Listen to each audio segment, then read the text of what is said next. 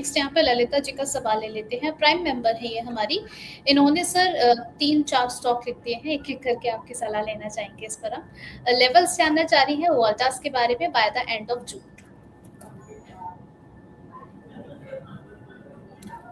Okay,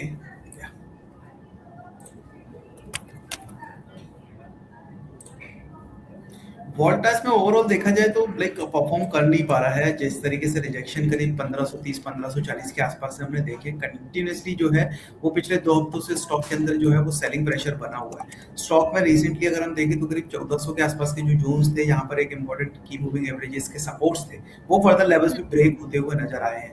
अभी के लिए मुझे लगता है थोड़ा सा और डिप स्टॉक के अंदर देखने को मिल सकती है, करीब 1280 1270 तक के लिए। बट चूंकि इनका व्यू जो है वो जून तक के लिए है, तो जून तक के लिए देखिए मुझे लगता है कि हो सकता है लोअर साइड से एक रिबाउंड स्टॉक के अंदर देखने को मिले, और जो एरिया बन रहा है वो करीब 1270-75 का ही बन रहा है। तो बिल्कुल अगर लाइक बाइंग करने के बारे में सोच रहे हैं तो करीब 1270 1280 अराउंड दैट लेवल से एक बार इनिशिएट कर सकते हैं पोजीशंस, और उसके इसमें स्टॉप लॉस जो रहेगा वो करीब 1220 का रहेगा। अराउंड दैट लेवल से मुझे लगता है एक बार रिवर्सल कंटिन्यू हो सकता है स्टॉक के अंदर। चलिए यहाँ पे सर अगर ये अपना टाइम होराइजन थोड़ा सा यहाँ से स्ट्रेच करते हैं, जून क्योंकि गर्मियों की बात करें तो थोड़ी लंबी चलती है, जून में तो चलिए पीक होता है, थोड़ा सा स्ट्रेच कर ले इनका टाइम होराइजन तो कुछ मुनाफा हो सकता है इनके लिए वोल्टास में। बिल्कुल, मैं वही बोल रहा हूँ, मुझे लगता है कि स्लाइड करेक्शन और कंटिन्यू रहेगा। 1270 1280 यही जोन्स बन रहे हैं, यहाँ से एक पूरी पॉसिबिलिटी लग रही है कि स्टॉक के अंदर एक रिवर्सल देखने को मिल सकता है। ऑलरेडी अगर इनकी बाइंग किसी लेवल पे है तो मुझे लगता है 1270 के आसपास में एक बार एवरेज आउट करने के बारे में सोच सकते हैं। अभी के लिए पोजीशंस में बने रहिए, नो डाउट डिप जरूर है, बट 1270 के आसपास से पूरी पॉसिबिलिटीज नजर आ रही है कि एक बार रिवर्सल हो सकता है, और अराउंड दैट लेवल से अगर रिवर्सल देखने को मिलता है तो फिर वापस से पूरी पॉसिबिलिटीज बनेगी ऑन दी हायर साइड में 1400 1450 के टारगेट्स को चेस करने की।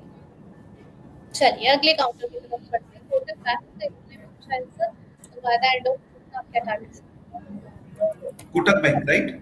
जी जी, कोटक महिंद्रा बैंक 379 के लेवल पर आपकी सलाह।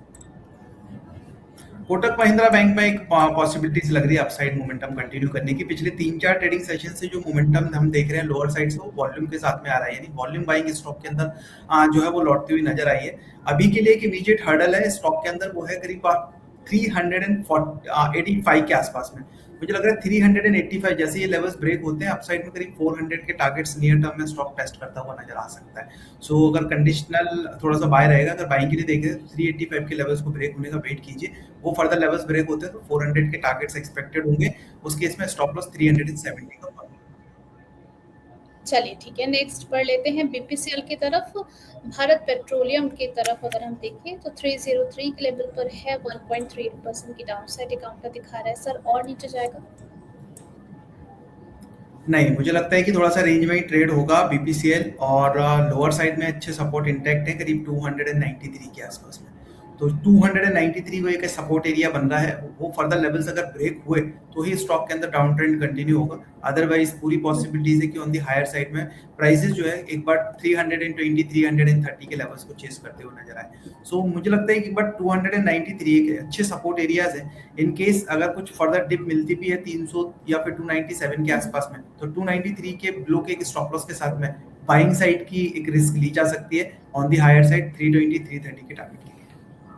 चलिए ठीक है, अगले एक सवाल की ओर पढ़ते हैं। नैन्सी जी ये भी हमारी प्राइम मेंबर हैं, कह रही है कि गुड आफ्टरनून सर, कल हिंद पेट्रोल लिया था इन्होंने 399 में, कह रही है कि आज नीचे है, शॉर्ट टर्म का इनका व्यू था, तो सपोर्ट कहाँ पर ले सकता है? ओके, गुड आफ्टरनून एनसी जी। वेल कल ही बाइंग की है आपने, थोड़ा सा ऊपर में लिया है, मुझे लगता है स्टॉक प्राइसेस एक रेंज में ही ट्रेड होते हुए नजर आ रहे हैं। ऑन दी लोअर साइड में अगर मैं देखूं अभी भी तो करीब 377 के आसपास में एक इमीडिएट सपोर्ट एरिया स्टॉक का बना हुआ है, और जब तक 377 के ऊपर स्टॉक सस्टेन कर रहा है, पॉसिबिलिटीज है कि एक बार 410 415 के लेवल्स को चेस करता हुआ नजर आए। अभी के लिए पोजीशंस में बने रहिए, स्ट्रिक्टली स्टॉप लॉस जरूर फॉलो कीजिए 377 पे होगा। चलिए 377 का स्टॉप लॉस बिल्कुल स्ट्रिक्टली फॉलो करके चलिए इस काउंटर के लिए। अगले सवाल की ओर बढ़ते हैं। इटर्नल पर सवाल आया है, 255.99 की इनकी बाइंग प्राइस है, टारगेट्स क्या हो सकते हैं सर इसमें? 256 पर चल रहा है। ओके, मेरे हिसाब से इटर्नल के अंदर जो इमीडिएट टारगेट्स नजर आ रहे हैं वो करीब 265 के आसपास के नजर आ रहे हैं, बिकॉज 265 के आसपास में एक इमीडिएट रेजिस्टेंस है स्टॉक का, वो की मूविंग एवरेजेस हैं अगेन से करीब 200 डेज के सिंपल और exponential moving averages, and that levels could act as a resistance area. So current market price से yes there is a possibilities to it should go to the upside, और on the higher side में 265 वही एक immediate levels आप consider करके चलिए. और मुझे लगता है अगर पोजीशंस में है तो अराउंड दैट लेवल एक बार प्रॉफिट बुक कीजिए. जब तक के लिए डाउन साइड में एक स्टॉप लॉस का जरूर ध्यान रखेंगे, वो स्टॉप लॉस रहेगा 249 का. चलिए यहाँ पर एक और इनका सवाल है सर, एनएमडीसी स्टील को लेकर के कह रही हैं कि ये काउंटर काफी महीने से वेट किया मैंने, आज मेरा लेवल आया है, एग्जिट कर देना चाहिए यहाँ पर? मेरे हिसाब से होल्ड करना चाहिए, बिकॉज ये ब्रेकआउट्स लेवल्स थे करीब 4270 के आसपास के, जो लेवल्स स्टॉक में ब्रेक हुए हैं. और उसके बाद में स्टॉक के अंदर कल के ट्रेडिंग सेशंस में हमने एक अच्छा मूव देखा है. आज वापस थोड़ा सा स्लगिश मूव दिखाता हुआ नजर आ रहा है, बट आरएसआई अभी भी पॉजिटिव साइड में बना हुआ है, एंड साथ साथ में अदर की मूविंग एवरेजेस और इंडिकेटर्स भी पॉजिटिविटी को इंडिकेट कर रहे हैं. मुझे लग रहा है ऑन दी हायर साइड में नेक्स्ट टारगेट स्टॉक का हो सकता है करीब 46 का, तो उन टारगेट्स के लिए एक बार वेट कर सकते हैं. तब तक के लिए एक स्टॉप लॉस जरूर रिवाइज कीजिए, और रिवाइज्ड स्टॉप लॉस करके आपका लेवल्स प्लेस कीजिए करीब 4240 पे. सो 4240 would be the stop loss in this case, और हायर साइड में करीब 46 के टारगेट्स के लिए वेट किया जा सकता है. चलिए तो अपनी पोजीशन को बना करके रखिए, 46 के लेवल यहाँ पर देखने को मिल रहे हैं. सर एबीडीएल में ब्रेकआउट दिख रहा है क्या इनका? एक और ये सवाल. एबीडीएल राइट जी यस, बिल्कुल फ्लैग पैटर्न्स के ब्रेकआउट हैं स्टॉक में. कल भी एक अपर सर्किट लगा था और आज भी एक अपर सर्किट लगा हुआ है स्टॉक के अंदर, और अच्छे लेवल्स यहाँ पर जो है वो निकलते हुए नजर आए. मुझे लग रहा है अगर ये ओवरऑल लाइक फ्लैग के अगर मैं कंसीडर करके इसको जो टारगेट्स प्रेडिक्ट करूँ तो काफी बड़े टारगेट्स निकल के आ रहे हैं, और वो targets on the higher side में नजर आ रहे हैं मुझे. पहला टारगेट जो है करीब 640, और वो लेवल्स के ऊपर भी अगर स्टॉक निकलता है तो करीब 670 के नेक्स्ट टारगेट हो सकते हैं. तो अच्छा फॉर्मेशंस है, फ्लैग पैटर्न्स के ब्रेकआउट हैं स्टॉक के अंदर. कल और आज दोनों दिन सर्किट लगे हुए हैं. अगर पोजीशंस में है बने रहिए. रिवाइज स्टॉप लॉस 567 का जरूर प्लेस करके चलिए. 567 का स्टॉप लॉस यहाँ पर रिवाइज करके आप चल सकते हैं. आगे का डिस्कशन कंटिन्यू करने के लिए और आप लोगों के और कई सारे सवालों के जवाब देने के लिए यहाँ पर हमारे साथ एक और मेहमान जुड़ चुके हैं. वेलकम कर लेते हैं लोकेश सर का. लोकेश सर बहुत बहुत स्वागत है सर आपको फाइनेंस ज्ञानी पर. नमस्कार मैम, बुलाने के लिए थैंक यू. यहाँ पर हम लोकेश सर के साथ आगे का डिस्कशन कंटिन्यू करेंगे. आप लोगों के कई सारे सवाल भी पूछेंगे. उससे पहले सचिन सर आपके लिए भी कुछ और सवाल यहाँ पर बाकी है. शिशिर बरनवाल इनका नाम है, कह रहे हैं कि सर कोफोर्ज में बाइंग प्राइस इनकी 1380 की है, अभी सेल करके नीचे के प्राइस में फिर से खरीद लेना चाहिए या फिर होल्ड करके रखें? 1380 के लेवल्स पे ही लाइक प्राइंग है मेरे हिसाब से, कॉस्ट के आसपास ही चलता है, और ब्रेकआउट जोन से करीब 1330 1335 के आसपास के वो लेवल्स निकले हैं. 2 से 3 ट्रेडिंग सेशंस पहले अगर मैं जाऊं तो एक अच्छी वॉल्यूम बाइंग स्टॉक के अंदर बनी थी. मेरे हिसाब से बिल्कुल होल्ड करके चलना चाहिए अभी के लिए.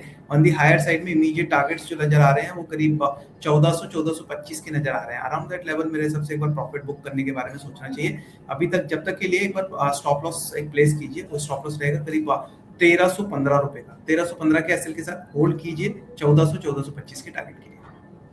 चलिए 1315 का स्टॉप लॉस मेंटेन करके पोजीशन को अपनी होल्ड करके चल सकते हैं. टारगेट्स आपको आगे के लिए बताए गए हैं. एक अगला आखिरी सवाल ले लेते हैं. पिंटू कुमार जी ने 2 ही लाइनों में अपना 2 सवाल लिख दिए. कह रहे हैं कि पाक मेडी वर्ल्ड इन्होंने बाय किया है 162 में, इसके क्या टारगेट्स रहेंगे, और आईटीआई इन्होंने बाय किया है 350 में, इसमें क्या करना चाहिए? मैं पहले आईटीआई ले लेता हूँ, दूसरा स्टॉक मुझे वापस पूछना होगा आपसे. आईटीआई की हम चर्चा कर लेते हैं. आईटीआई थोड़ा सा कंसोलिडेट होता हुआ नजर आ रहा है. इमीडिएट जो लेवल्स हैं ब्रेकआउट के करीब 308 के आसपास में है. मुझे लगता है 308 अगर ये लेवल्स ब्रेक होंगे देन ओनली हम एक अपसाइड में करीब 315 319 के टारगेट्स देख सकते हैं. बाकी तो काफी टाइम से कंसोलिडेट होता हुआ ही नजर आ रहा है अराउंड दिस रेंज में ही.